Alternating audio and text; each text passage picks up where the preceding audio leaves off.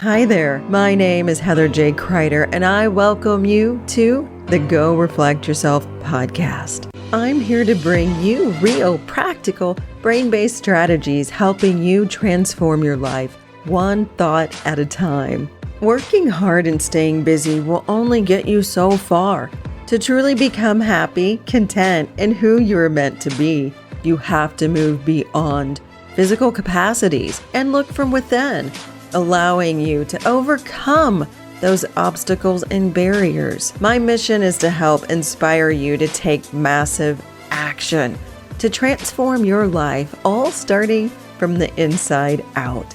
I invite you to watch or listen to this podcast and share it with others who you feel can also benefit from it. I invite you to join my free Facebook group, Beat Burnout.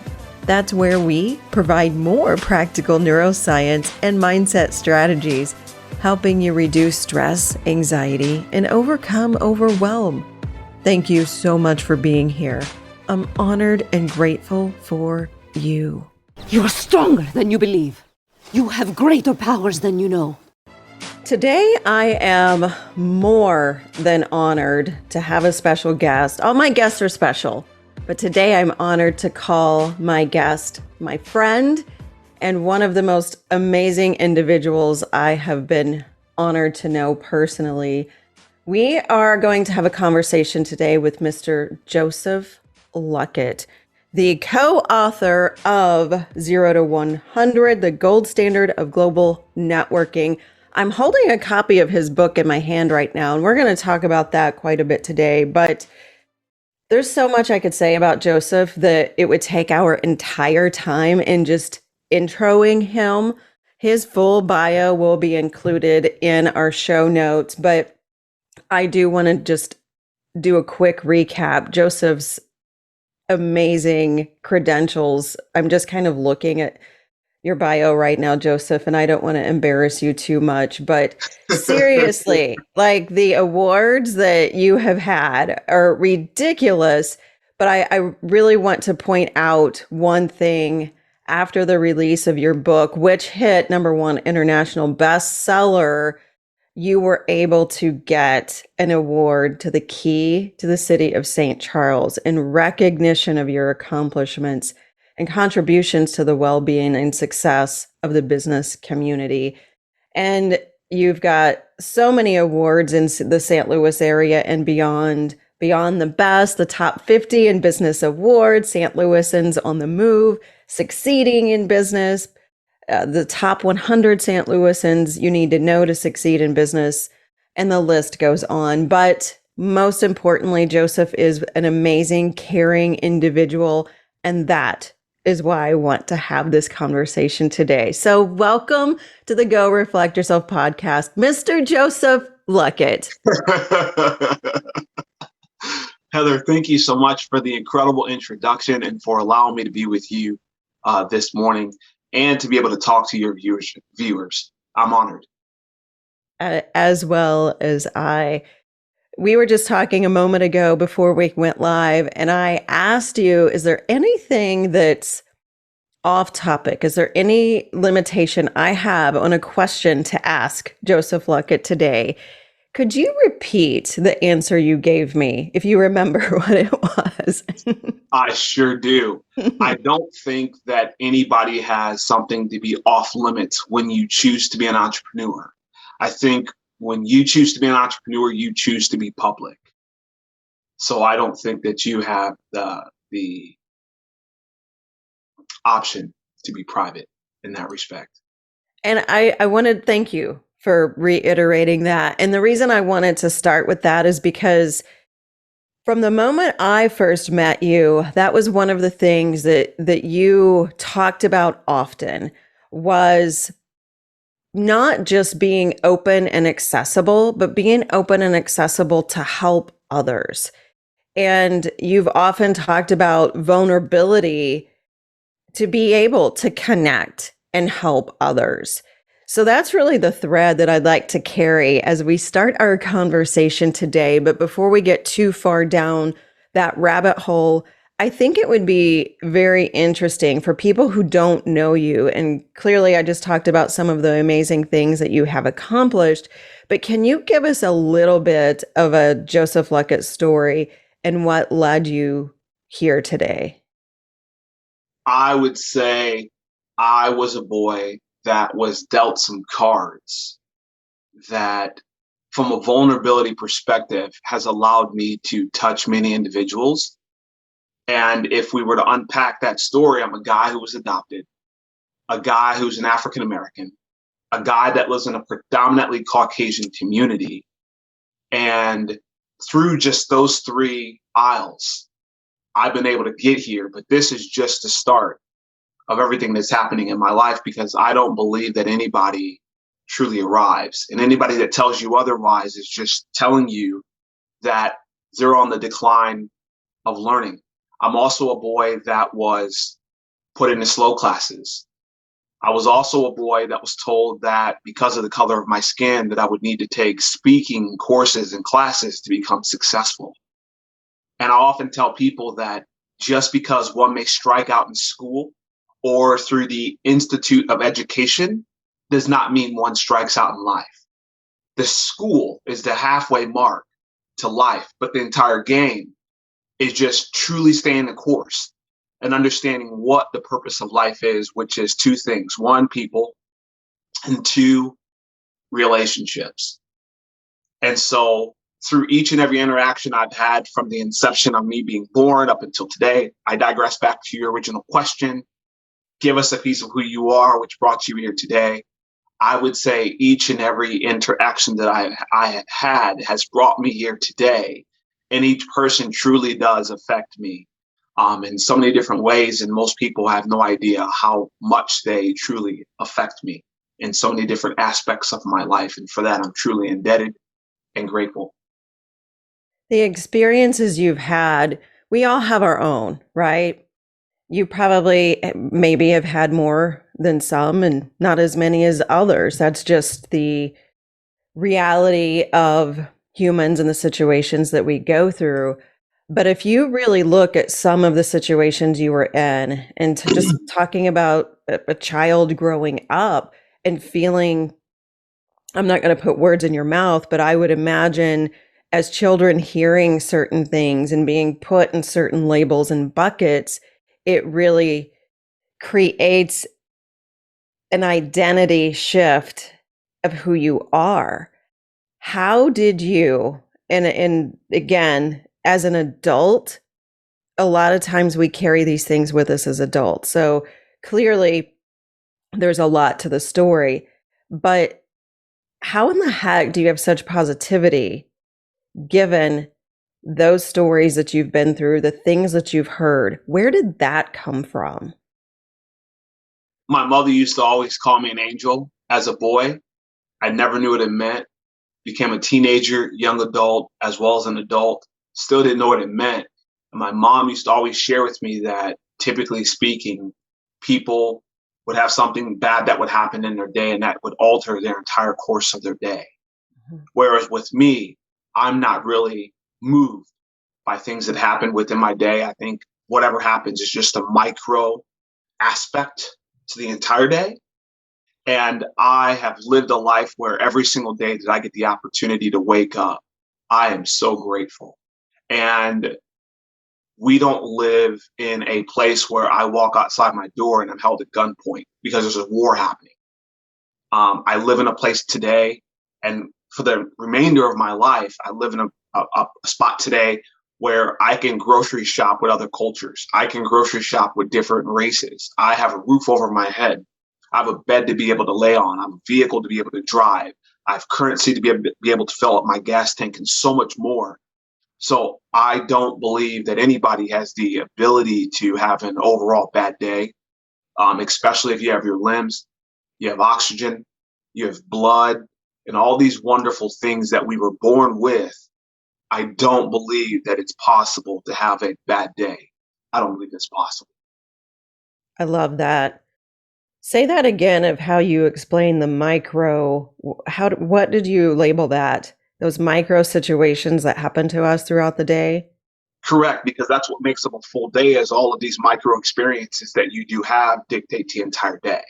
Micro experiences. That's perfect. I absolutely love that. And that's perspective, right? We Uh-huh. have the power to choose that. And how many times do you hear people Sunday night or Monday morning get the Sunday night blues, or they Monday morning grumpies is what I call them? That's just a choice and a perspective. So I love that. These micro experiences are what create our entire experience.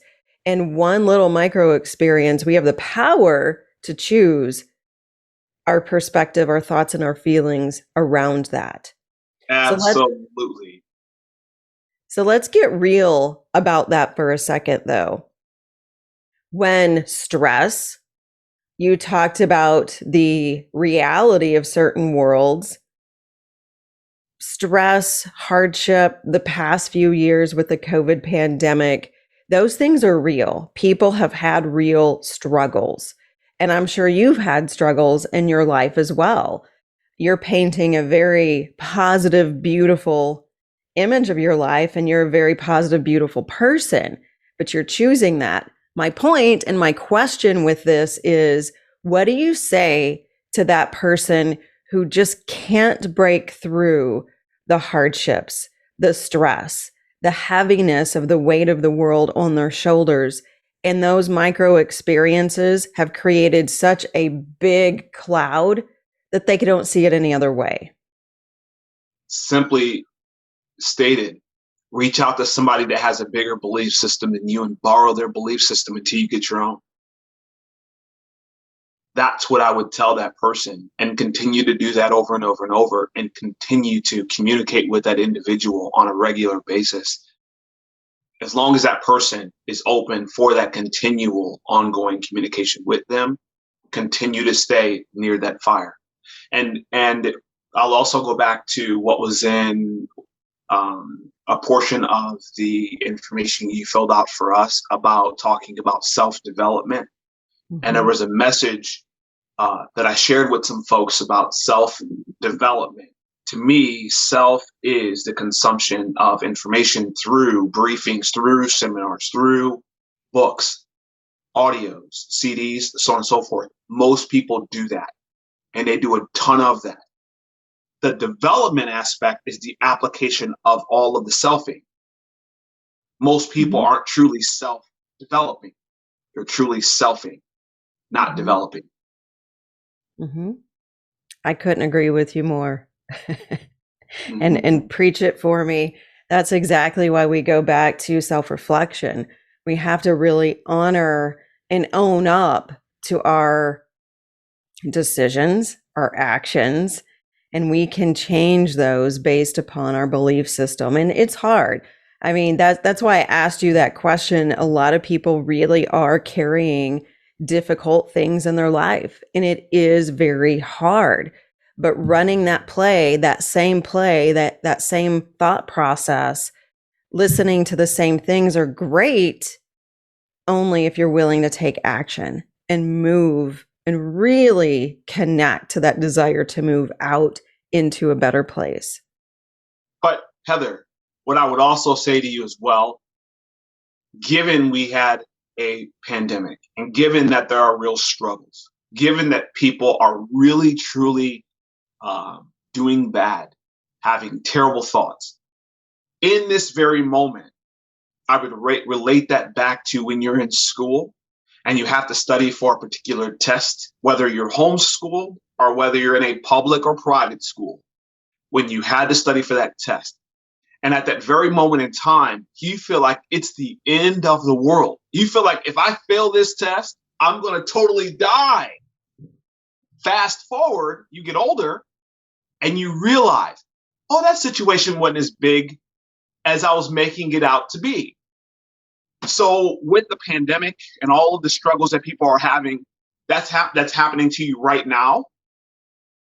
Next year or the year after, you'll look back on this exact same moment and say, I was making it bigger than what it truly was. And not to discount or discredit what the pandemic has done for so many different people in a negative way, it's also done things for people in a very positive way. Mm-hmm. And one thing that I have said to so many different people through this time is get around people, communicate with people, love with people, continue to have the courage, continue to have the belief, and stay and truly become the dullest crayon in the box. Never think that you're the brightest. You don't ever want to be the brightest. But through this entire time, I would say just some of those jewels can get a person through any situation, any situation. And I know for me, I was saying that I know I'm coming out 10 feet tall. It didn't disrupt me in that regard. It disrupted the anticipation of my excitement of wanting to so bad release what it is that we were doing. However, it just allowed us to take the existing plans that we had, communicate about those, pivot, and look at how could we adjust that for the public in a grander, bigger way. Mm-hmm. So that was my mantra. That was my attitude as the pandemic hit, because I knew it wouldn't destroy me. It would only destroy me if my belief system was lacking in many different areas.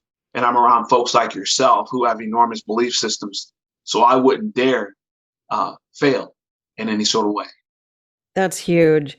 There's so much to unpack there that honestly, we could probably carry this out for 2 or 3 days just talking about all of that, which I love. And that's why when you and I have conversations, I'm always very enlightened and you never know where they're going to go, which I absolutely love.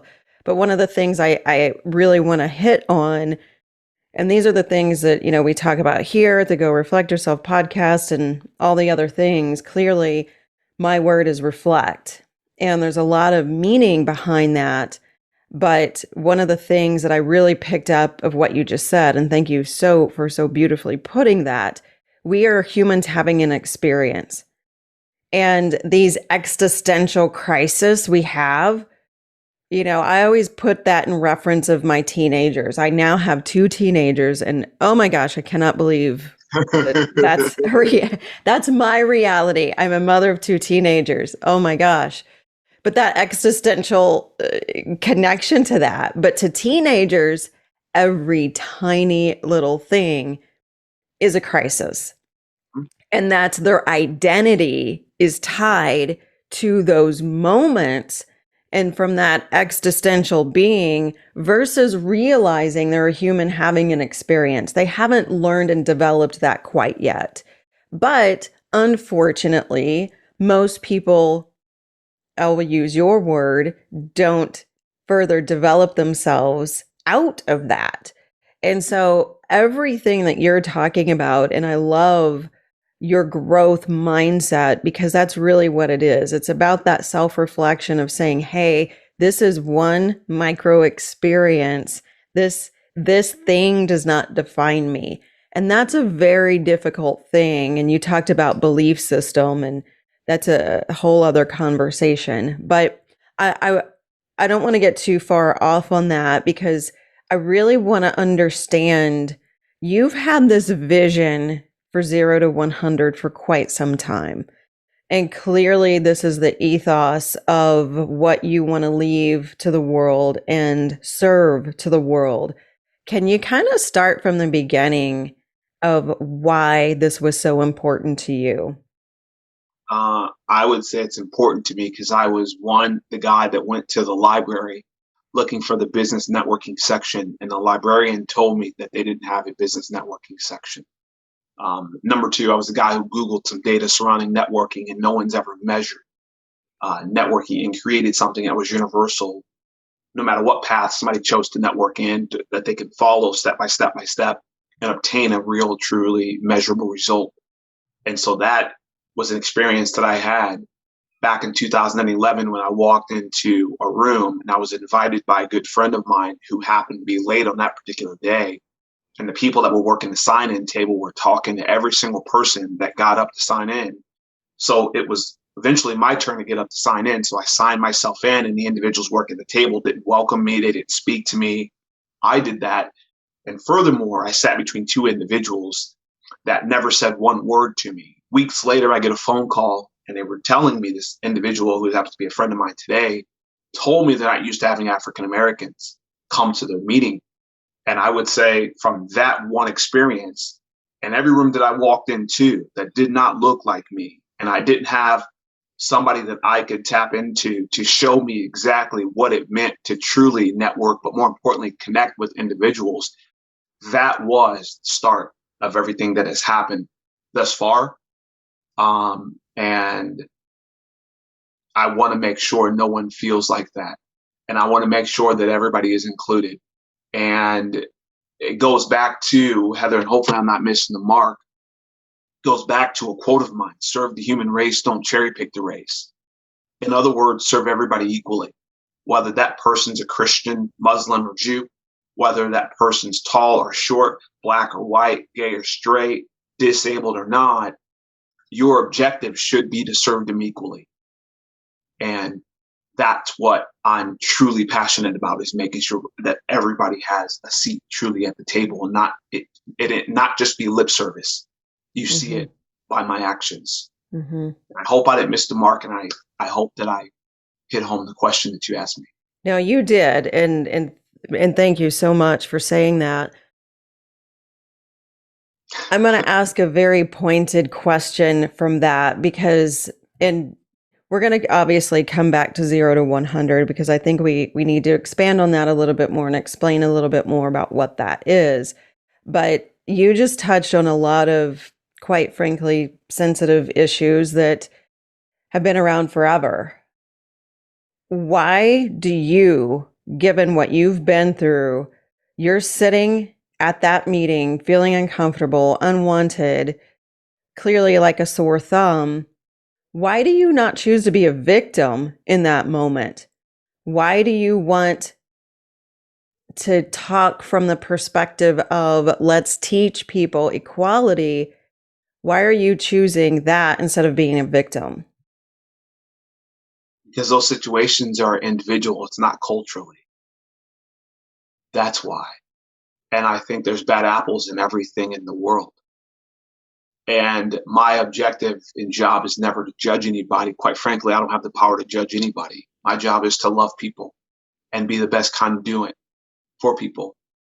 And I love people so much. And I think that one can truly win in life with nonviolence. And one person that exudes that and has done that, quite frankly, well, is Gandhi. And he was a big proponent when it came to using your language as the weapon, if you will, and not raising a fist. So I believe that you mentioned equality. My way of equality is using the vehicle of business networking to do that. I think that's so powerful. So let's explain to people who don't really fully understand networking. And thank you for really talking about that moment when you went to a meeting. Networking is a foreign concept to many people. Networking can be exhausting concept to many people. Can you explain a little bit, maybe some of the myths, and then that shift that you talked about of wanting to set this standard in networking? When you say the myth, people have this connotation surrounding networking and do not believe that it truly works. And they typically believe at the end of the year of doing all of these different various activities, they typically believe that you're going to just end up with a whole bunch of friends. And with that truly being the case, then you become a justification. Because as people start to process all of the activity that happened over the course of however long it's been that they've been networking with folks, they start to think about, well, what has that actually led to? Outside of friends, what has it led to? And so that's networking. But connecting is where two people are truly brought to the table with the sole benefit of thinking about each other's goals, dreams, and aspirations in ways that we can make those things become a reality. That, my friend, is what we call connecting. And most people network, very few connect. And I often tell people that networking is a selfish sport. Connecting is a team-oriented sport. Many network, very few connect. I'm just grinning because that's so well said. Thank you. And I can't help but to think, again, that's one of the reasons why you and I did connect so well. One of my taglines is, in order to connect, you must reflect. And what I mean by that is I need to understand myself. I need to understand who I am, who I want to be, how I want to evolve. Then I'm able to connect with others. If I don't love myself, I'm not going to be able to love you, not nearly to the level I could as a human. So that's why this connection is so incredibly valuable. Networking can be looked at as being very selfish. Connecting is serving. Very much so. And there's a big distinction here too. Something that I have been working on for quite some time is drawing the parallel from school and networking. Because in school, you have different categories. You have the burnouts, you have the nerds, you have the jocks, and so on and so forth. And what buffers you from those different categories is your mom and your dad and your zip code. And maybe some confidence and some other things wrapped up in that. But the beautiful thing about looking at that, and you have cliques that are in school as well. Mm-hmm. But the beautiful thing about that, and as we draw a direct parallel over to networking, networking allows the opportunity to network with that jock that you couldn't do in school. It allows you to network with that nerd. It allows you to network with that burnout. Networking can truly rock somebody's life and it has no buffer. And the difference between the two is in school, it's about your grades. In networking, it's about your value that you contribute, which allows you to attract some of those individuals. That parallel with those two is absolutely amazing. And you get the opportunity to dictate what you want that to look like. And you get to also sit down with people that have different qualities or traits that you're looking to expand into. And that's why I always tell people, everybody that you meet is your future, both good and bad. So if somebody has confidence and you lack confidence, you get to see what the physical walking example of what that confidence looks like that you get to strive to have. If somebody has a sense of arrogance and you get to look at that directly and physically, you get to say, that's not what I want, but I've actually experienced it and seen it. So for me, that's the way that I live my life. Each and every person is a puzzle piece for me. And it allows me to look at that puzzle piece and say, wow, this person is private. This person's very articulate. This person is incredibly intelligent. This person does a lot of reading. So I get to look at my entire network and I get to continuously pull from that to better who I am, being the dullest crown in the box. And that's the power of you being able to connect with yourself and grow by surrounding yourself and continuing to connect with people. That's what networking is all about. So what do you say to people who are, it's scary. It's scary to get out of your bubble, or, I mean, you talked about different personalities, and I'm just thinking from the traditional networking type of scenarios. Let me scratch where I'm headed, because I think it's probably more important. Explain the 0 to 100. You've got your book, and the book is amazing. I highly recommend anybody to get the book, even if you don't think that networking is valuable to you. Get the book just for a self-development tool, just to expand your eyes. But can you explain, Joseph, a little bit more about the 0 to 100 system and what you're hoping to achieve by the book, and what you would suggest to people to take those next steps? Absolutely. So 0 to 100 essentially is teaching people how to network through 3 different deliverables. One's going to be the book, which is presently available. Number 2 is going to be a social media platform as well as an app that will have all of its own unique features. And these features do not exist presently on any other social media platform in the world. And number 3 is going to be through events. And what we aspire to do is take a person from 0, which is a nobody, to 100 being on everyone's radar, locally, regionally, nationally, and internationally, where you are represented throughout cultures, you're represented throughout different races, as well as ethnicities. And when you ask me the question about what would that next step be, one, reading the material, which is the selfing aspect of what we discussed here earlier, and then taking that from selfing to actually developing, which is the application of the actual information. And one way that we can do that is connecting you to other individuals that have the book, that are using the material, so that you get the opportunity to practice, which is the application, and they get the opportunity to do that as well. And our process is universal. It's universal. And we'll be using data, we'll be using statistics to be able to help you predict where and how you should be networking. So at the end of the day, not only do you end up with all of those different friends that you aspire to have, you also end up with all the dollars that you aspire to have as well. So your step one, get the book, read the book. Step two, the application of the material that you're learning in the book. And that's really the framework. That's what you're talking about. Your vision is to help facilitate that and be this conduit for the connection. So that way people don't feel like that they have to wander around in the world of where they find these connections. Is that correct? Agreed. Absolutely. Just imagine going into the networking space and having some sort of tool per se that you can look at where everything is in one area. That's an organized area. And you could flip to whatever page that is, use that information, save yourself time, energy, and money, and put yourself way ahead of the game and not have to waste any of that. It'd save everybody so much money.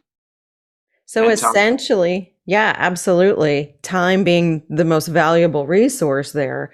So essentially, you're a networking matchmaking system. Beautifully stated.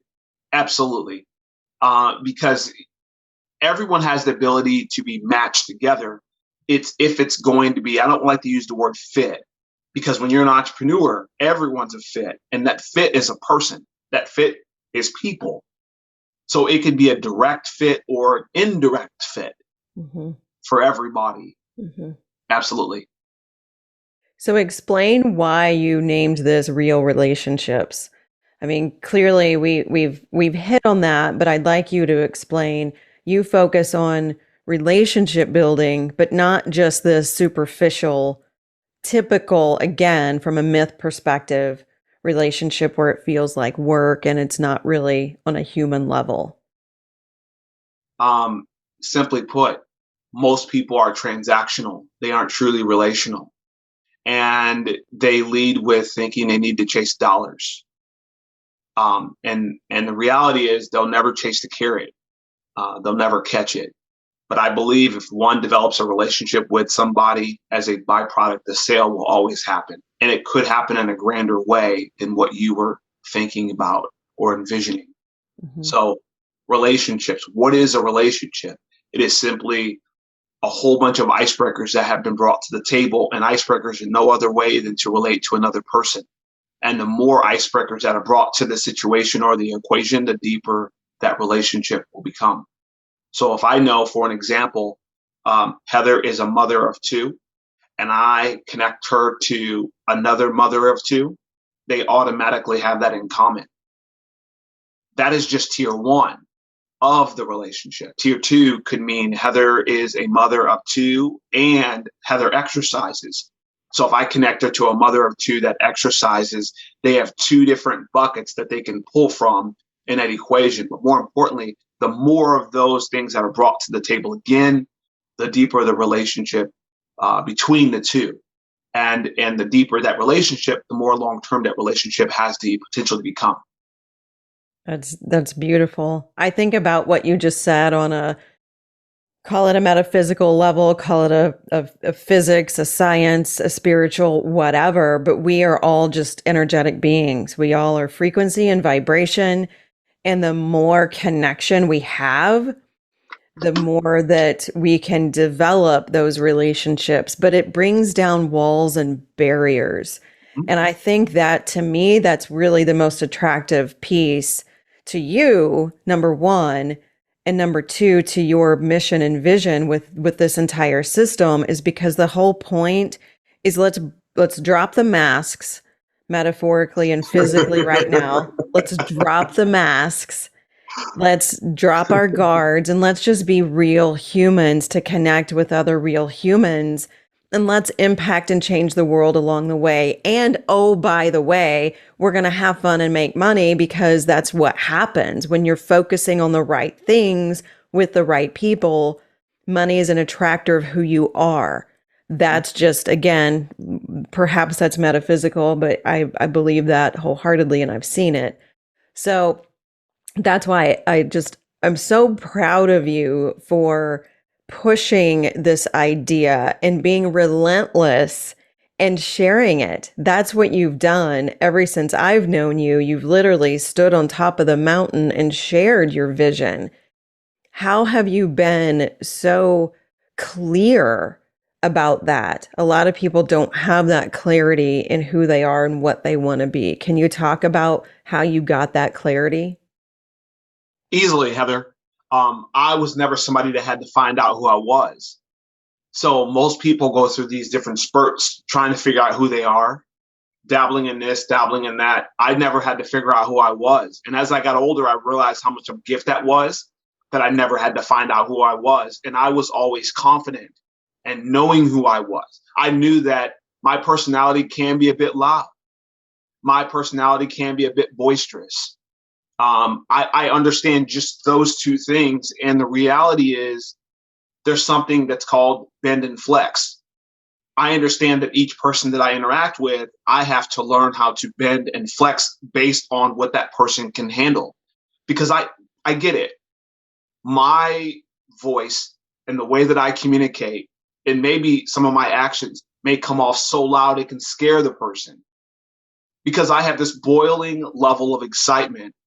And sometimes it is ridiculously hard to contain. But that is something that I work on a regular basis when I'm meeting with somebody, because maybe they've never met somebody that is as excited as I am. And I'm not situationally excited. I'm from an identity perspective, I'm excited in that respect. And so we're talking in the context of networking and how I had a clear vision in terms of what I wanted this to look like. Well, we understood the voids. People are looking for better ways to be able to network. They're looking for ways to be able to be educated and have some sort of tip, whether it's around your business card, whether it's with your elevator pitch, whether it is interacting with individuals, whether it's entering a conversation or exiting a conversation. We understand it. Whether it's a new CRM system to organize all your contacts and have some sort of quote unquote drip campaign that is effective, that doesn't have people opting out of your newsletter. So as time went on and I realized this, and I took notes on every single person that I met with, I realized, one, my network was diverse. Number two, most people don't have a diverse network. So that's a value add for me, because I can show them how to universally network across different races, across different cultures. And so knowing that, okay, a book, and that book be proprietarily written to where anybody from anywhere in the world can plug into that information and use it and it work. But not everybody reads. So I understood, okay, what about a piece of technology? Could I have my own social media platform that is built, that has all of these cool, awesome, and unique features? And it allows the book to work directly with it. And those people that don't read the book, they can get on our social media platform or download the app when it's available. And then I realized, okay, not everybody is technologically savvy. What happens if we had events where I can invite people that I love, like, and trust to a room, and they can reciprocate those exact same efforts, and I could have different speakers that resemble the globe that can pour into my community of individuals from a value perspective, and have the book tied directly into the events. So now we're all speaking the same language. If 100 people are at the event and they all have the book, we're all speaking the same language, which is relationships.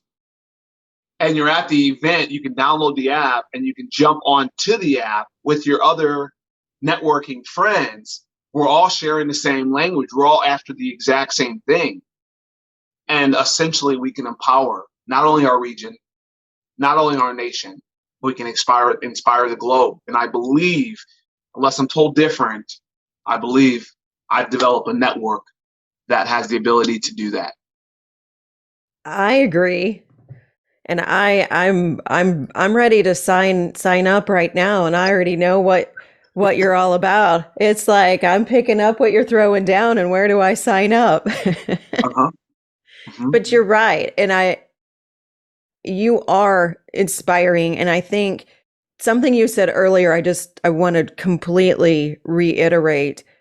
When you surround yourself by people who are willing to be vulnerable, to be honest about who they are, but to have the clarity, and it's even not the clarity, the willingness to talk about what's in their heart.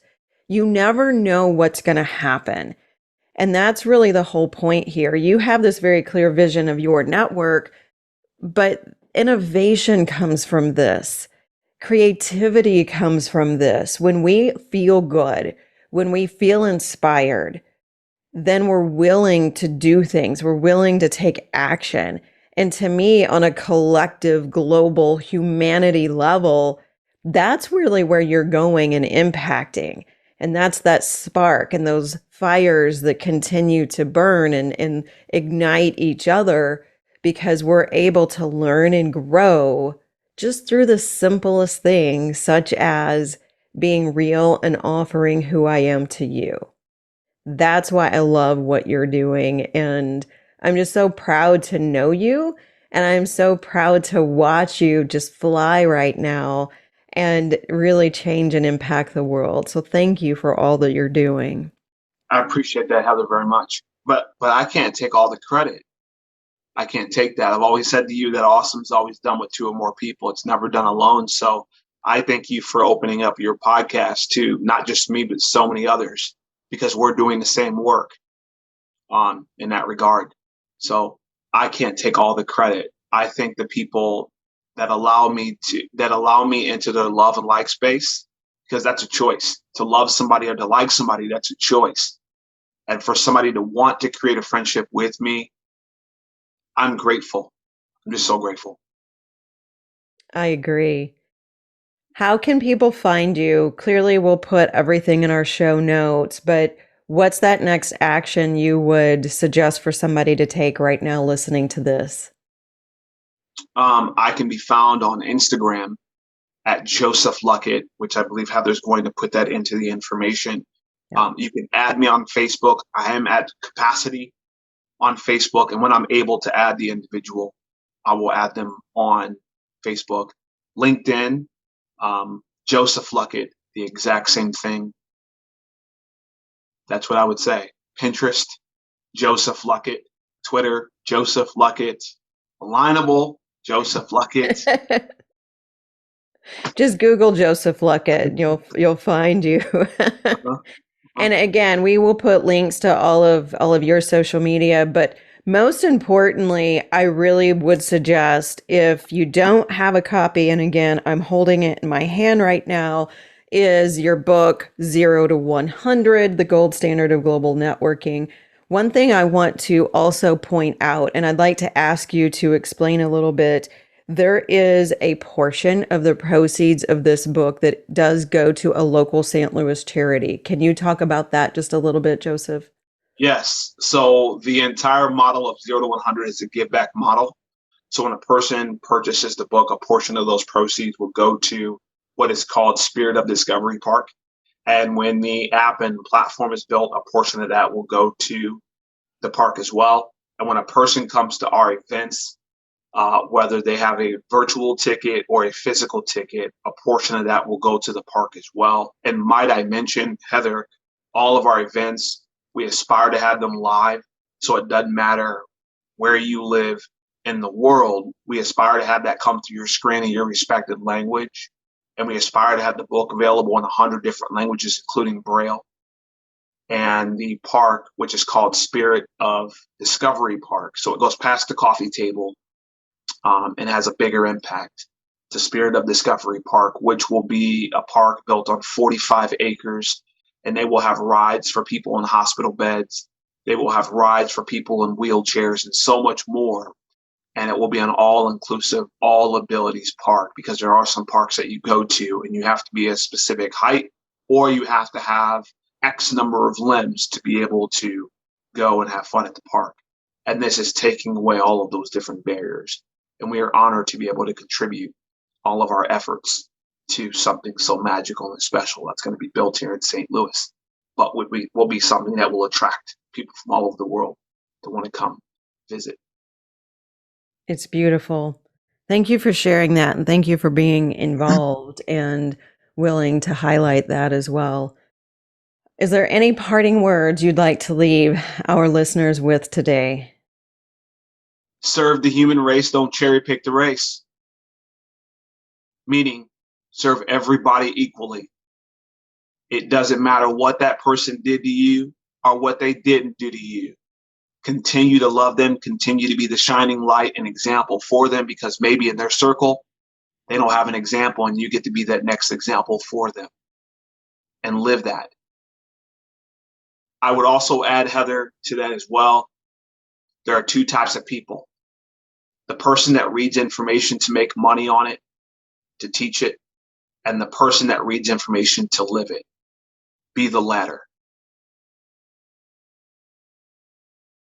I don't think there's any more we can say. Joseph, it's an absolute honor to be here with you today. Thank you for your time, your wisdom, your courage, and just thank you for being you. Likewise. Thank you, Heather. Thank you. Thank you so much for listening to this episode of Go Reflect Yourself. Please rate and review this episode, and if something moved you, please feel free to share. For more inspired action or to stay in touch, head on over to goreflectyourself.com or heatherjkreider.com. You can also take the growth mindset quiz and learn where your current growth mindset lies. Stay in touch on all social media at Heather J. Kreider. Until next time, this is your host, Heather Kreider, and I am challenging you to go reflect yourself so you can discover and become who you are meant to be.